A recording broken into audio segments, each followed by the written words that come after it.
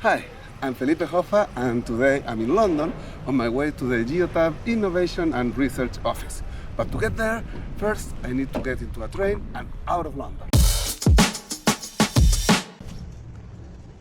Hello, Russell. Hello, Felipe. Welcome. How are you doing? Very good. Welcome. So where are we now? So we are entering our new workshop facility at High Wycombe. It can be quite difficult to explain what the Geotab unit is. For example, I can say to you, oh, it connects to the seatbelt, or it does this, or it does that. If you can't see it and touch it, it's difficult to explain. So what we started doing is building these models. So it's trying to simulate a vehicle, simulate what a driver would see, and then obviously using Geotab devices to actually work like that. So this particular model it's obviously a truck. We have a simulating cold chain and tachograph. So this is a working refrigerated vehicle controller. That's what a driver would see, right? We have a go-9 straight through the brain. Yeah, plugged straight in. We're also simulating a seatbelt, ignition, and things like that, lights.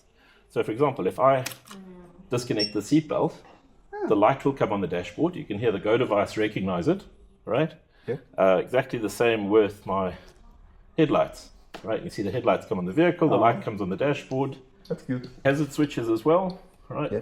We have switches in the doors. So if I open the door, you can hear a trigger, and again the light comes on the dash. Exactly. The driver door, cargo door. Exactly the same on the back door. And again, we're getting the cold chain actually triggering that it's happening. Yes. Ice cream is in danger. Yes, exactly. And we can also control that temperature. So if this was an actual vehicle, there'd be a temperature probe in there, but we're just using a small potentiometer. So if I make the temperature go up, it goes above 5 degrees, the fans and the refrigeration comes on. That's so cool. My name is Russell Cockerton. I'm based here in the UK. I am senior team lead for vehicle integrations. Our main role is what we call the first responder. So if there's a brand new vehicle that no one's ever seen before, my team are the people that will go on site and do the initial assessment. How are we going to connect to it? Does it need the custom harness or a new harness? What data do we get? What level of investigation is going to be required by the engineering team? This side here, this is actually our newest one, simulating an electric vehicle. So we have a small Arduino board in there, which has done some magic.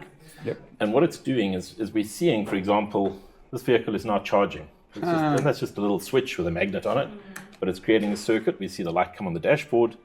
We see the, thank you. We see the vehicle charging, right? If I disconnect it, if I try and start it, it won't start because I need to have my driver ID. And now we'll start and the vehicle's turned. Exactly that. You see ignition come on the device. You can also see state of charge going down. This is going straight into my G. So if we go to the database where this is loaded, you're seeing that live data as it's happening. And we're simulating as if this vehicle was driving. So odometer goes up, state of charge changes, battery usage changes, energy usage changes. The Aiden sitting behind there doing that work now. And we hand that information over to the team so that they can then do it.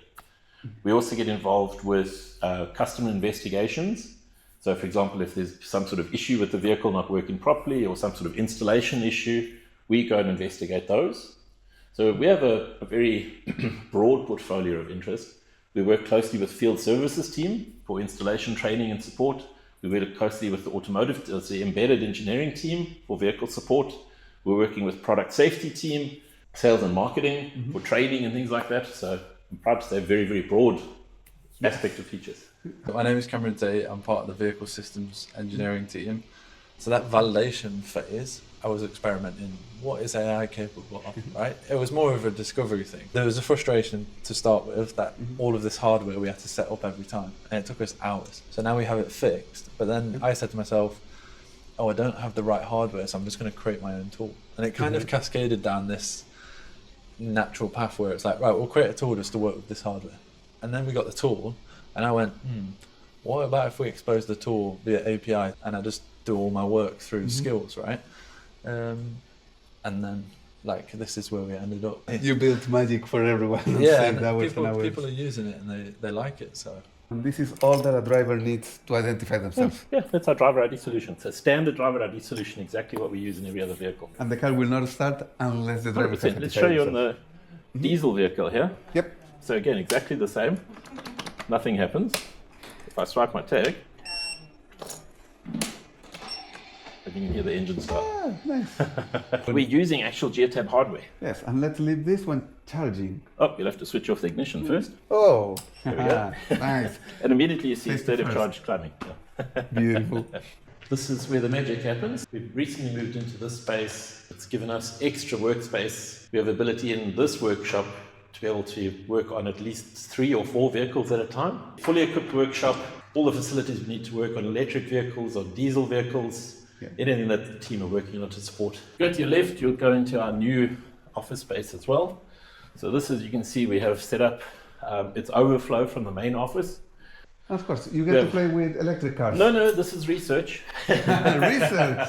They are Good. electric vehicles. But yes, there's a small slot car track that we use for testing. 100% EVs. 100% EV. What you see here as well is obviously the workshop, a nice office space. You have a beautiful timeline Exactly. of Geotab. So, as far as I know, this is the only timeline like this in within the company. Starting with Go 1, it is the last remaining working Go 1 unit in the world. 1997. Yeah, all the way through, we're starting to see the evolution with Go 2, obviously manual downloads, working to RF, live.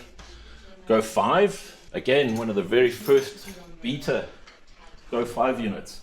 At the time, it was called Geotab Compact, because it was small, and then they changed the name to Go 5. Go 6, with our first versions of the IOXs, first generation of Go Rugged, and then probably the unit, everybody laughs at me because it's all I ever talk about, one of the units for the Antarctic. Oh, wow. So those are one of the units we built which went into the Antarctic. It's a working kit as well. But there's a post from Neil when we had our very first live ping in the Antarctic.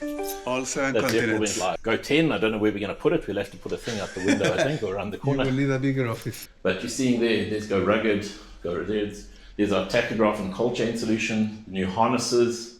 This is my private space, if you will. This is private space, the wrong way. This is what we call this the Bat Cave. This is where all the magic happens. So we build and design, or design and build custom harnesses, new harnesses. You can see in the racking behind you, there's all the components we need to build a bunch of different harnesses. So we're doing a bunch of testing. And again, that's really, really great because we can build a harness, test it in the vehicle, make sure that it complies, and then we forward all that information on to our colleagues in Canada who hopefully will put the vehicle into production, the harness into production. Yep. And I see that Star Wars is pretty important here. Star Wars is everywhere within Geotab. Yeah. And weirdly, for everywhere within the automotive or embedded department in general, everybody talks about Star Wars. Since you mentioned Canada, how does the UK end up being the center of innovation and research? We were the first automotive office, at the time we called them automotive. We were the first dedicated automotive office outside of Canada. At the time, all the work that we did was either done in a private workshop, it was done at customer sites, it was done sometimes even on the side of the road. We would literally park outside my house and work on vehicles there. And we realized as the company grew and as things changed, we needed a proper engineering facility. In order to be able to work on a vehicle, especially electric vehicles, I need to be able to charge it, I need to be able to work on it with all the tools and equipment, and because we need to make it a much more professional and safe environment. Yes. So hence the need for a workshop. So we were the first, and I'm very proud of that. And since then we've grown, and the standard has changed. We've seen, if you look at the Waterloo office as well, that's now very, very good. We have our new facility in Aachen in Germany, which is literally state-of-the-art, brand new building, perfect design. We've got a similar smaller office in Adelaide in Australia. And we're currently looking at a new site in Spain as well. I'll add those to my travel list. There we go. But this is the first. This was the first. This is how things started. So our idea with these, similar to the models that you saw upstairs, except these are remote controlled vehicles. So it's kiddies ride on little toys. But our idea with this is that because it's now a full-size vehicle, we can now put cameras in, we can put everything else that we can think of in here, and be able to drive it around at a show. What does it take to get one of these cars here? Depending on the vehicle. Sometimes we will, customers say, look, I need you to support this vehicle. First prize, we say to them, okay, well, you have the vehicle. Please can we borrow it for a week or two so that we can work on it? In other cases, we would rent the vehicle from customers or from, wherever we can access it. We work with some of the manufacturers. They want to be Geotab supported. It's 100%. Part of being part of a professional fleet. Exactly. You have Geotab needs to know and understand. Yes, exactly. And this was another one of our projects. This is our workshop fridge. Similar sort of idea. Exactly. We wanted to see what can we do with it. So again, it's got a cold chain controller on it. Yep. We've also got 3 temperature probes on it so that we can see the temperature of the fridge. Because we lock it down, you have to swipe your driver ID tag before you can open the door. And now we can see what's happening in the fridge. And they're all cold. Yes. You know exactly how cold. Exactly that. So I've been with Geotab for 26 years. I was living in Zimbabwe at the time. I was working as a reseller. So we started as Geotab's first reseller outside of South Africa. Neil was actually on his way to Canada. He was on his way. So Geotab Canada started, or Geotab Inc. started just after that. I was a reseller in South Africa for 13 years before we came to the UK in 2013, I lied to you.